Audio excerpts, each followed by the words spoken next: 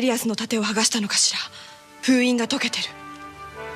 人間ね、きっと。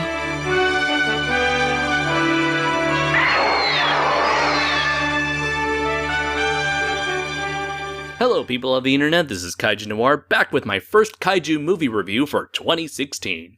Our first big review for the year marks the beginning of my look at the Rebirth of Mothra trilogy, which just so happens to coincide with the series' 20th anniversary.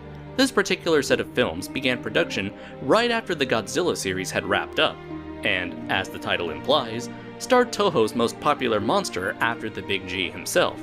So, without further ado, let's dig in and see what the Queen of the Monsters has in store for us.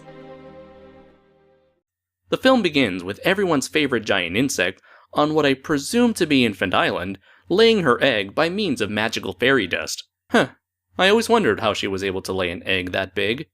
Meanwhile, in Hokkaido, we're treated to a montage of the Hokoku Company cutting down every tree with reaction shots of the animals running in fear. Yes, ladies and gentlemen, it's one of those films. Eventually, Yoichi Goto, the head of the deforestation team, stumbles upon an ancient rock formation with strange symbols. Right away, Yoichi begins messing with it. Apparently, this guy didn't learn anything from the last construction crew that fooled around with an ominous archaeological find. Unbeknownst to him, he inadvertently removes a magical seal that immediately sparks the attention of three fairies, one being the evil Belvera, and the other two being Mothra's priestesses, Mal and Laura. Yoichi arrives home, and it is here where we are introduced to his wife, as well as their children, Taiki and Wakaba. He makes a necklace out of the seal, and gives it to Wakaba as a gift. The children then take over as the main protagonists, as a good chunk of the film's runtime is devoted to Belvera's attempts at stealing the necklace from them, all while Mal and Laura fight to prevent this from happening. Eventually, Belvera obtains the necklace and uses it to free a deadly monster called Deskidora from its ancient prison in the hopes that it will suck the life from the earth and wipe out humanity in the process. As a last-ditch effort, Mal and Laura summon the aged and withered Mothra to protect the earth one last time. When Deskidora's might proved too great for the benevolent creature, the fate of the planet must now rely on Mothra's offspring, as well as the children who were left in charge of the seal. As you can tell by the plot synopsis, this film was made with a much younger audience in mind. A lot of the story heavily relies on cliches that you may have seen in other family films. The large focus on children, two annoying siblings who don't get along, the overworked father who doesn't spend enough time with his family, and the stay-at-home mother who does a poor job at keeping track of her kids. As often as I've seen these familiar tropes, there was still a possibility of making these characters interesting. Unfortunately, this cast is about as one-dimensional as they come, and have none of the charm and charisma seen in the Heisei Godzilla series' numerous human characters. At least the story does away with the annoying trope of having the parents be ignorant of the plot's fantasy elements, and are instead made part of the journey from beginning to end. As for the two kids, they are about as annoying as any other Japanese kid in a giant monster movie. What's even worse is the excuse that the writer came up with in order to keep them involved in the plot. Once Deskidora is freed, the twin fairies ask Taiki and Wakaba to hold onto the seal for when Mothra is ready to lock up the monster. So rather than holding onto this important object themselves, they chose to lend it to two defenseless children trapped in a dying forest in the middle of a mountainous region. Yeah, I don't see how this plan can go wrong at all. Speaking of the seal, it's clearly meant to be the MacGuffin that the entire plot revolves around. What bothers me about the seal is that it's one of those magical MacGuffins that can basically do anything that the writer needs it to do, whether it's to act as a shield to protect Belvera, ignite dynamite to awaken Deskidora, partially restore Mothra's health, and finally reseal Deskidora during the climax. It's a lazy plot device that's used to get our characters out of any situation, and since it's magical in nature, it doesn't need any explanation as to how it works. On top of the forgettable characters and magical cop-outs, we got ourselves an environmental message that is about as subtle as an episode of Captain Planet. This film is constantly cramming the message into the audience's head with evocative imagery of plants getting killed, either by man or Deskidora. Now I will give the film credit by having two of its monsters gain strength from the environment through different methods. I only wish that this form of subtlety was used throughout the film. By the end, we have Yoichi and his wife blatantly telling the audience that we as humans shouldn't take the environment for granted, and that it's our fault for causing such devastation in the first place. As noble as the intention may be, this message is poorly conveyed within the context of the film itself. When Yoichi proclaims that humans should take better care of the environment, he's looking over the damage that Deskidora caused, not mankind. Now, you could make the argument that it was man's actions that led to Deskidora's resurrection, but that is not implied at all in Yoichi's preachy speech. For Deskidora, Yoichi takes the full blame for inadvertently awakening him, even though it wasn't really his fault. I mean, how was he supposed to know that there was a giant monster there to begin with?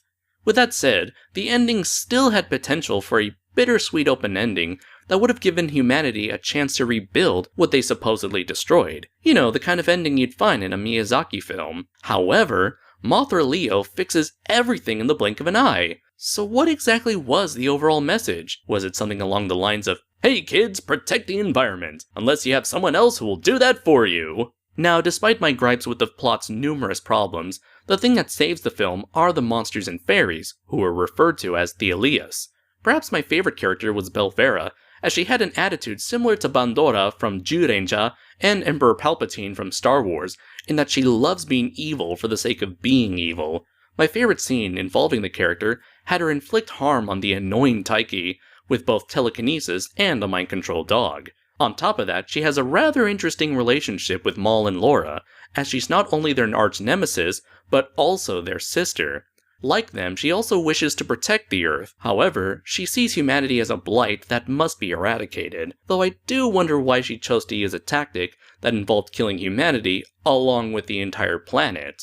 As for the twins, they are portrayed much differently than in previous films. For instance, they act as separate individuals with different personalities and no longer wear matching wardrobes. Maul appears to have a more headstrong demeanor in comparison to her sister, as she often makes risky decisions despite Laura's objections, such as summoning a weakened Mothra to save the Earth. Laura, on the other hand, tends to be very hesitant and slightly more compassionate, as she is always thinking about the safety of others. Despite this, she's always willing to put her faith in Maul's wisdom.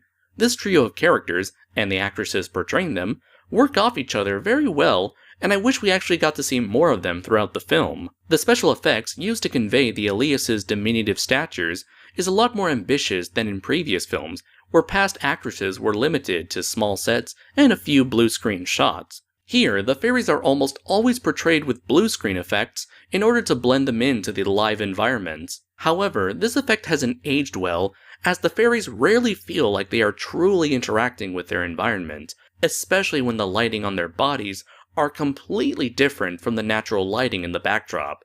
The only attempt at matching them up with a lighting is a digital shadow that's placed over them every now and then.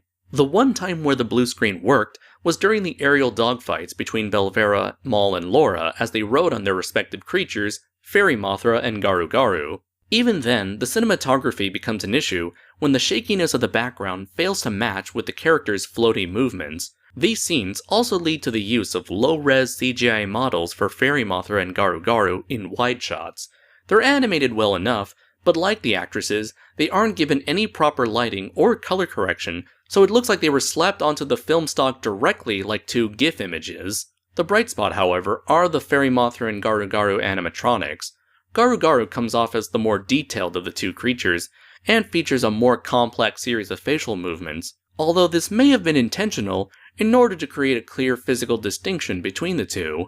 Among all the bad blue screen work, the most egregious example for me personally was during the scene when Maul and Laura sung the iconic Mothra theme.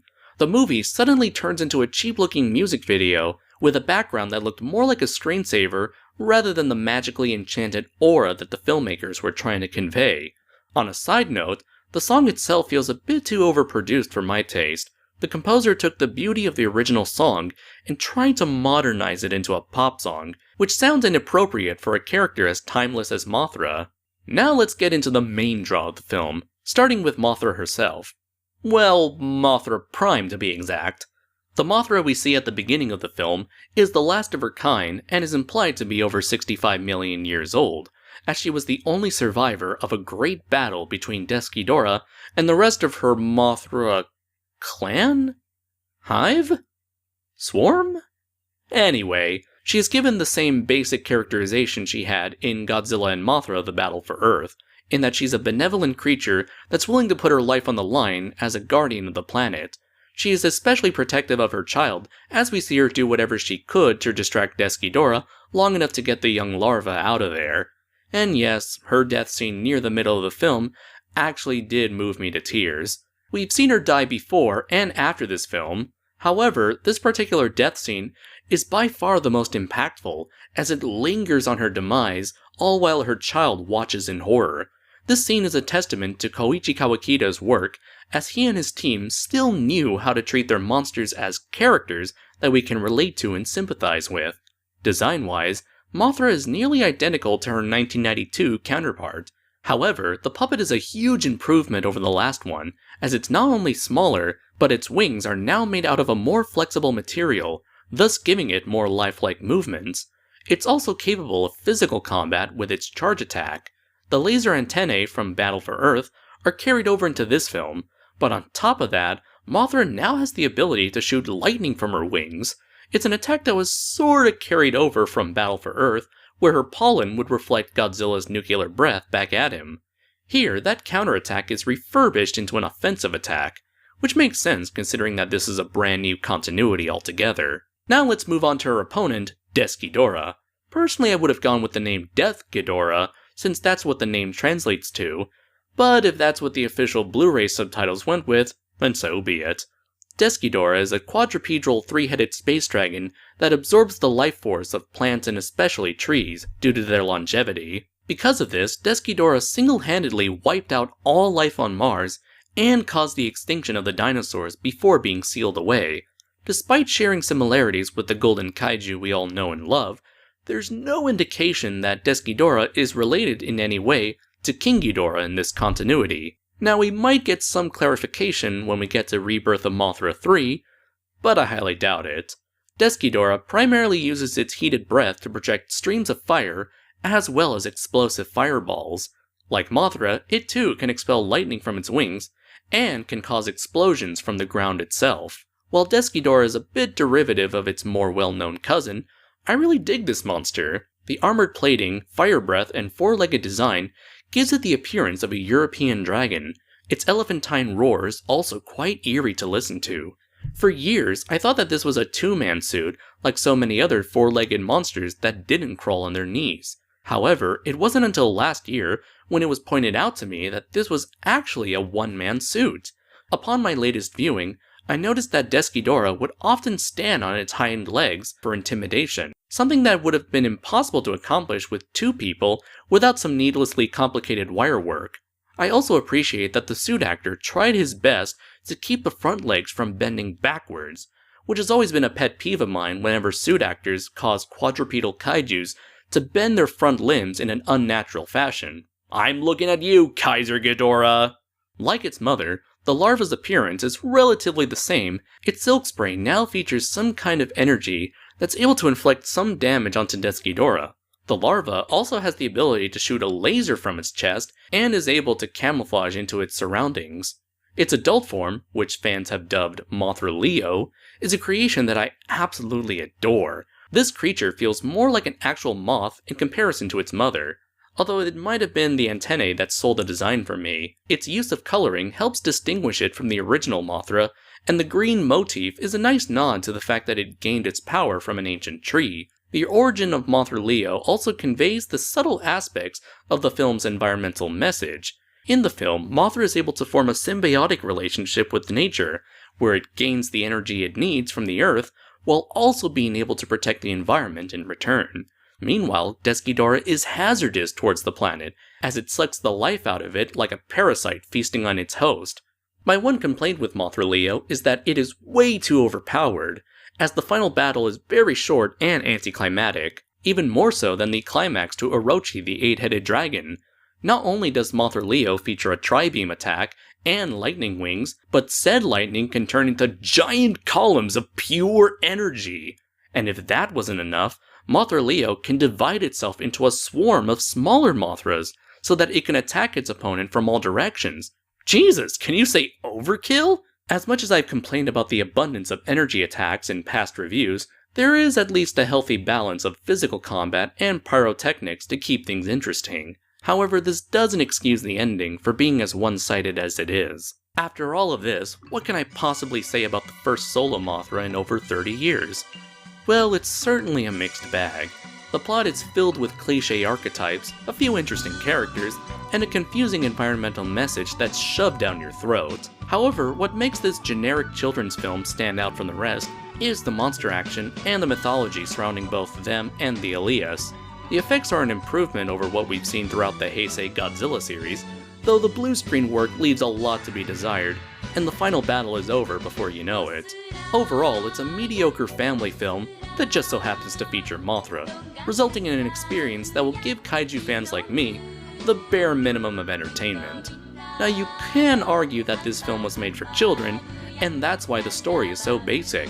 However, we've seen family films that have proven themselves to be capable of enticing viewers of all ages. Even Gamera the Brave did the whole kaiju kids film better, without dumbing down its writing. With that said, my final rating for Rebirth of Mothra is a 2 out of 5. If this review has done enough to spark your curiosity, then go ahead and check it out. If you're still on the fence, then you're better off just watching the highlights on YouTube. Trust me, you're not missing much. Now that we've got that out of the way, we still have 2 more films in this trilogy to cover, so join me next time when I review Rebirth of Mothra 2.